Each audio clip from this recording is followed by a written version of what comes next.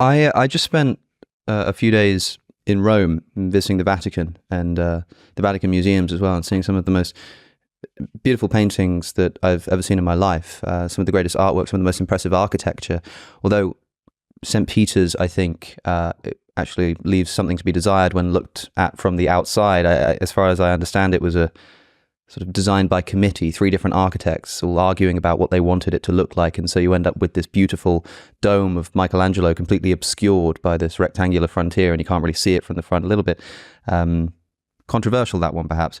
But that aside, some of the greatest art that I've ever seen in my life, and a thing that keeps running through my head, and I wanted to ask you as somebody who makes religious iconography, is the fact that we seem to have a scriptural prohibition in the Ten Commandments in the Judeo-Christian tradition against making images of holy beings and of bowing down in front of them. And if I go to a Catholic mass, I'm doing so in a building that's just completely adorned with such imagery, not just of saints, but also of God himself in his sort of tripartite nature. What's going on here? I mean, people who have a crude reading of the Old Testament will say, surely this is just a breach of this commandment, and one of the first commandments given. And so perhaps if there is such a thing as an order of importance, one of the more pressing ones. Yeah.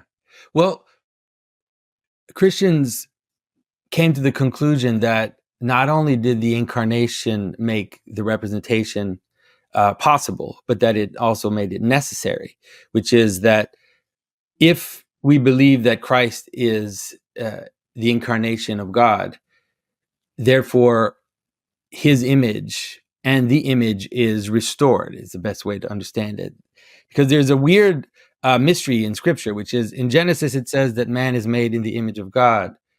And then there's this prohibition against making images of things on earth and in heaven. And at the same time, there are places where God tells people to make images, right? In the case of Moses with the serpent, in the case of the Ark of the Covenant and the cherubim, all of these images that were in the tabernacle and then in the temple. If you went into the Jewish temple, you would have seen plenty of images. There were bulls, there were angels, these cherubim represented. And so there's a kind of mysterious duality to the question. You even see people in the Old Testament, you'll see people not worshiping the means by which God manifests himself, but will venerate, honor, will make some gesture towards the means by which God is manifesting himself. So you, on the one hand, you have this sense of a pure, like a pure attention to the transcendent, but then also a recognition and some kind of gesture towards that which is manifesting it in the world. So, right, you see that still today, rabbis kissing the Torah, this kind of gestures of veneration towards the things that manifest the transcendent to us. And what Christians came to realize is that with the incarnation, Christ in some ways is the answer to the second commandment. So it's not just that there's a prohibition, it's that there's a mystery in that commandment, and Christ answers that mystery, which is he restores the image and he gives us an image. And therefore the image now becomes a means by which God manifests himself in the world. And that's why we don't worship images, but we do venerate them, especially in an Orthodox church. I'm Orthodox. If you come into an Orthodox church, you'll see people kissing images all day long because they see it as a restoration of that primordial image.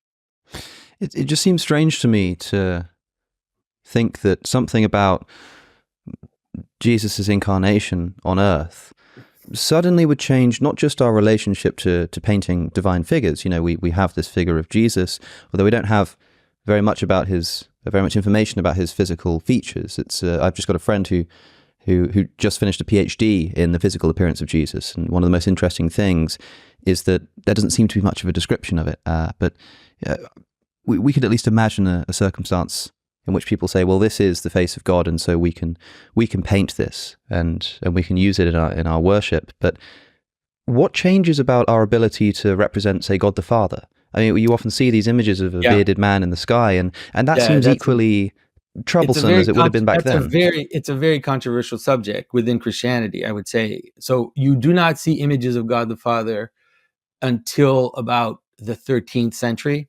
There are a few like random things that happen in the 12th century, but you really don't see any images of God the Father. Every time you see a manifestation of God in the world, it is always Christ who's shown. And so even the creation, so if you see an image of the creation of the world, it's actually Christ creating the world in medieval imagery, because he is the Logos, he's the divine Logos. And there's also a mystery. There's another mystery about a kind of mystery about the role of the human in the divine economy. Let's just say it that way. And so what happens in the late Middle Ages with a lot of other kind of aberrations is this desire to represent God the Father. And it happens in the West very, in the time, for me, like the image of Michelangelo, God creating Adam, to me, that's an aberration. It's a theological aberration, and it's something of a monstrosity, actually. I don't particularly like, I mean, it's visually beautiful, like it's well painted, but in theologically, it's a bit of a monstrosity.